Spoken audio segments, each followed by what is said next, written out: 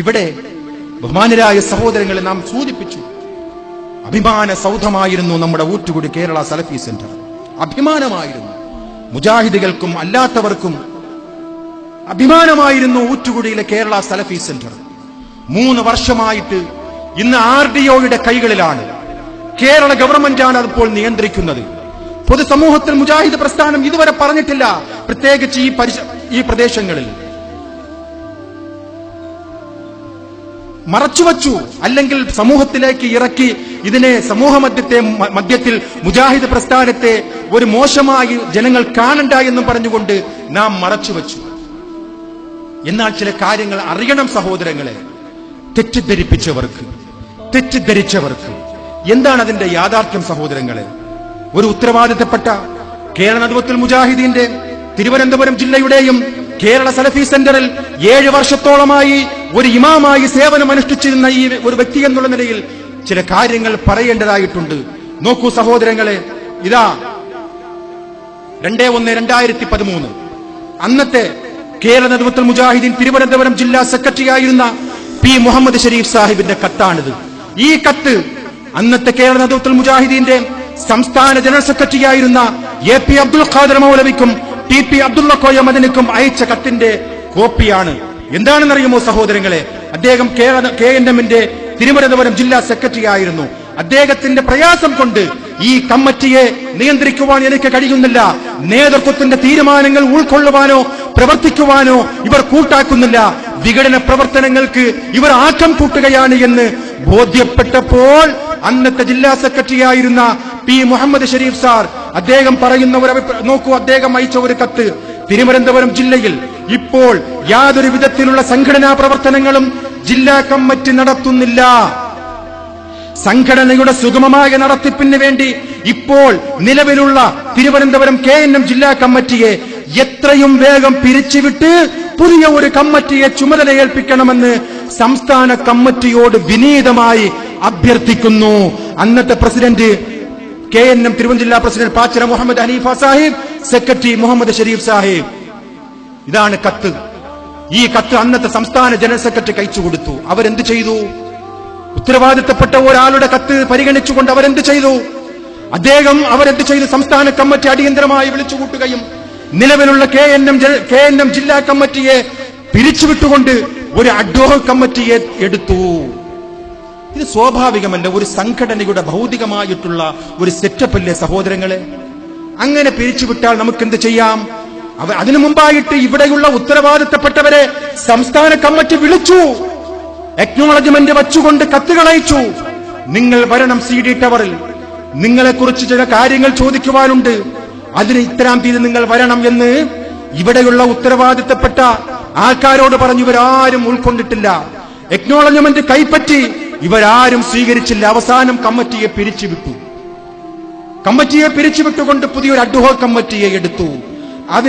Ad hoc കമ്മിറ്റിയെ എടുത്തതിന് ശേഷമാണ് ഈ പരിശുദ്ധമാക്കപ്പെട്ട അല്ലാഹുവിന്റെ മസ്ജിദ് വെള്ളിയാഴ്ച ദിവസങ്ങളിൽ വെച്ച് ഏറ്റവും സയ്യിദായ, ഏറ്റവും നേതാവായ, ദിവസങ്ങളുടെ നേതാവായ പരിശുദ്ധമാക്കപ്പെട്ട ഒരു വെള്ളിയാഴ്ച കാസർഗോഡിൽ നിന്നും കന്യാകുമാരി വരെയുള്ള വിസ്ഡം സഹോദരങ്ങൾ നിഷേധിക്കുവാൻ കഴിയുമോ?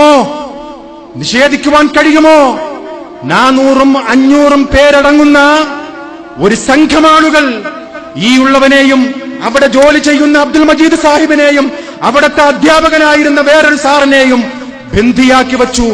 എന്റെ അന്ന് ഉപയോഗിച്ചിരുന്ന C2 എന്ന് പറയുന്ന മൊബൈൽ ഇന്നും അവരുടെ കൈകളിലാണ്. അല്ലാഹു സാക്ഷി, ഇന്നും അവരുടെ കൈകളിൽ. ഞാൻ കൊടുത്തതല്ല. എന്റെ 2 കൈ ബേക്കിലേക്ക് പിടിച്ചു വച്ചുകൊണ്ട് എന്റെ പേഴ്സ് എടുത്തു, എന്റെ താക്കോൽ കൂട്ടങ്ങൾ കവർന്നെടുത്തു, എന്റെ പോക്കറ്റിലുണ്ടായിരുന്ന മൊബൈൽ തിരിച്ചെടുത്തു. അതിൽ എന്റെ പേഴ്സ് മാത്രം തിരിച്ചു തന്നു. താക്കോൽ കൂട്ടങ്ങളും മൊബൈലുകളും ഇന്നും ഈ സഹോദരങ്ങളുടെ കൈകളിലാണ്. പരലോകത്തെത്തിയാൽ അവിടെ വെച്ചുകൊണ്ട് നമുക്ക് നോക്കാം ഇൻഷാ അല്ലാഹ്. ആ പള്ളി പിടിച്ചതിന്റെ ആ ഒരു പിന്നിൽ നടന്ന ഒരു ചരിത്രം നിങ്ങൾ അറിയണം. നിഷ്പക്ഷമതികൾ എന്ന് പറയുന്ന എന്റെ പരുത്തിക്കുടിയിലെ ബഹുമാന്യരായ സഹോദരങ്ങളെ, വിദൂര ദിക്കുകളിൽ വന്ന ബഹുമാന്യരായ സഹോദരങ്ങളെ, ഈ പ്രസ്ഥാനത്തെ ഇഷ്ടപ്പെടുകയും ഇഷ്ടപ്പെടാതിരിക്കുകയും ചെയ്യുന്ന നിഷ്പക്ഷമതികളെ, ഈ ഊറ്റുകുടി സലഫി സെന്റർ പിടിച്ചെടുത്തതിന്റെ പിന്നിൽ നടന്ന ഒരു നീചമായ ഒരു തന്ത്രം അറിയുമോ? 3 വർഷമായി പറഞ്ഞില്ല ഈ സമൂഹത്തിൽ. 3 വർഷമായി കൊണ്ടു നടക്കുകയായിരുന്നു വേദന.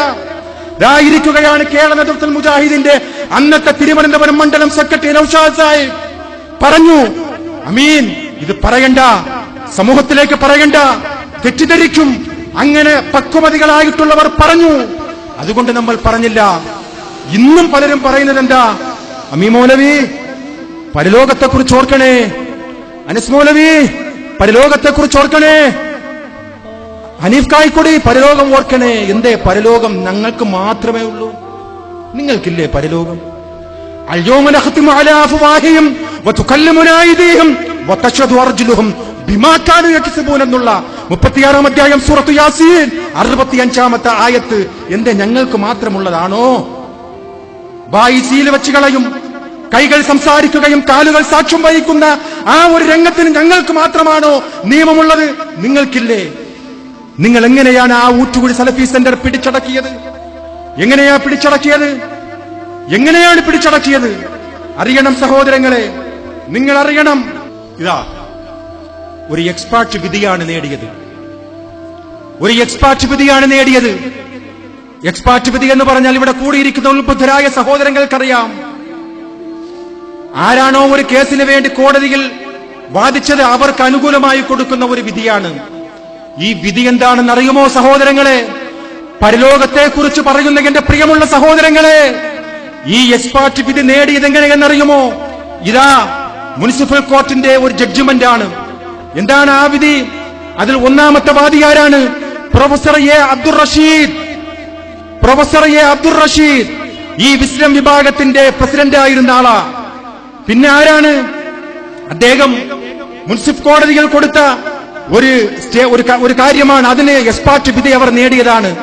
ആർക്കെതിരെ കൊടുത്തുവെന്നറിയുമോ? അവരുടെ കൂടെ പ്രവർത്തിക്കുന്ന 2 പേർക്കെതിരെ അവർ ഒരു നാടകം കളിച്ചുകൊണ്ടാണ് എക്സ്പെർട്ട് വിധി നേടിയത്. പരലോകത്തെക്കുറിച്ച് ഭയപ്പെടുത്തുന്ന എന്റെ വിസ്ഡം സഹോദരങ്ങളെ, നിങ്ങൾ ഈ എക്സ്പെർട്ട് വിധി നേടിയതെങ്ങനെ? നിങ്ങളുടെ പ്രസിഡന്റ് ആയിരുന്ന പ്രൊഫസർ അബ്ദുർ റഷീദ് സാഹിബ് ആർക്കെതിരെ കേസ് കൊടുത്തു? പൂന്തറയിലുള്ള, അതാ നോക്കൂ സഹോദരങ്ങളെ, ഒന്നാമത്തെ defendants 1 Naushad son of Shamsuddin, age 37, TC 46,346, colony house, Beemapally. ആരാ ഇദ്ദേഹം? KNM തിരുവനന്തപുരം ജില്ലാ കമ്മിറ്റിയുടെ അന്നത്തെ ജോയിന്റ് സെക്രട്ടറി ആയിരുന്നു. എന്റെ സഹോദരനാണ്, എന്റെ മൂത്തമ്മയുടെ മകനാണ്.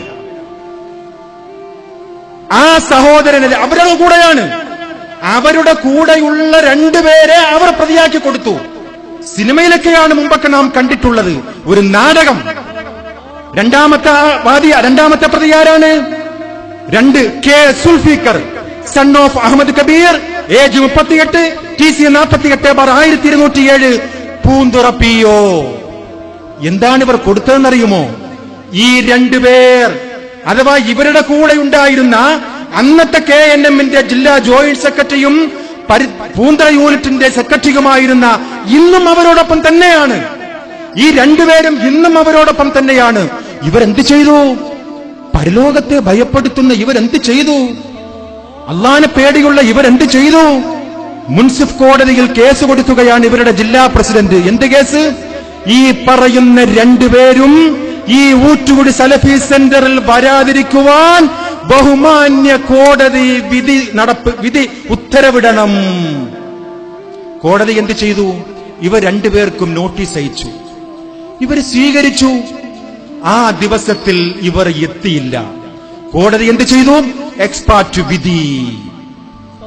ആരാണോ വാദി അദ്ദേഹത്തിന് അനുകൂലമായിട്ട് വിധി. ഈ 2 പേരും ഊറ്റുകുടി സലഫി സെന്ററിൽ അകത്ത് പ്രവേശിക്കുവാൻ പാടില്ല. ഈ വിധിയും കൊണ്ടാണ് ആ വെള്ളിയാഴ്ച ദിവസത്ത് 300-400 പേരടങ്ങുന്ന ബഹുമാന്യരായ വിസ്ഡം സഹോദരങ്ങൾ ഊറ്റുകുടി സലഫി സെന്റർ ആക്രമിച്ചത്. അവർ പറഞ്ഞു, ഇതാ അമീമൗലവി കണ്ടില്ലേ, ഞങ്ങൾക്കുള്ള വിധിയാണിത്, ഞങ്ങൾക്കുള്ള കോടതി വിധിയാണ്, ഞങ്ങൾക്കാണ് കോടതി വിധി നടപ്പിലാക്കിയത്. ഞെട്ടിപ്പോയി. ഇതെന്തൊരു കോടതി വിധിയാ? ഞാൻ ചോദിച്ചു, അല്ല ഷാഹുലിക്ക ഒന്ന് കാണട്ടെ, അതൊന്നും നിങ്ങൾക്ക് തരൂല, അതൊക്കെ തരേണ്ടിടത്ത് തരും. അന്ന് ഉച്ചയ്ക്ക് കൺട്രോൾമെന്റ് സ്റ്റേഷനിലെ ഡിവൈഎസ്പിയുടെ നേതൃത്വത്തിൽ ഈ ഇരിക്കുന്ന നൌഷാദിക്ക, അന്നത്തെ മണ്ഡലം സെക്രട്ടറി ആയിരുന്ന നൌഷാദിക്ക, അന്നത്തെ പോലീസ് ഉദ്യോഗസ്ഥനോട് അവർ പറഞ്ഞെന്താണെന്ന് അറിയുമോ? അല്ല, നിങ്ങൾക്കെതിരെ അവർക്കൊരു ജഡ്ജ്മെന്റ് കിട്ടിയിട്ടുണ്ടല്ലോ, കോടതി വിധി നിങ്ങൾക്കെതിരായിട്ടുള്ള ഒരു വിധി നേടിയിട്ടുണ്ടല്ലോ അവര്. അപ്പൊ നൌഷാദിക്ക ചോദിച്ച, അല്ല സാർ, ആ കോപ്പി ഒന്ന് തരണം. അത് തരാൻ പറ്റൂല. ആര്? കൂടെയുള്ള ഷൗക്കത്ത് അലി സ്വലാഹി. നിഷേധിക്കുവാൻ കഴിയുമോ? അത് തരാൻ പറ്റൂല. ബഹുമാനായ പോലീസ് ഉദ്യോഗസ്ഥൻ ബില്ലടിച്ചുകൊണ്ട് പറഞ്ഞു, തൊട്ടടുത്ത ഒരു സഹായിയെ വിളിച്ചുകൊണ്ട് പറഞ്ഞ, കോപ്പിയും എടുക്ക്, അതിന്റെ ഒരു ഫോട്ടോസ്റ്റാറ്റ് എടുത്തുകൊണ്ട് വാ. അതെടുത്തു കൊടുത്തു, വിവർത്തനം ചെയ്തു നൌഷാദിക്ക.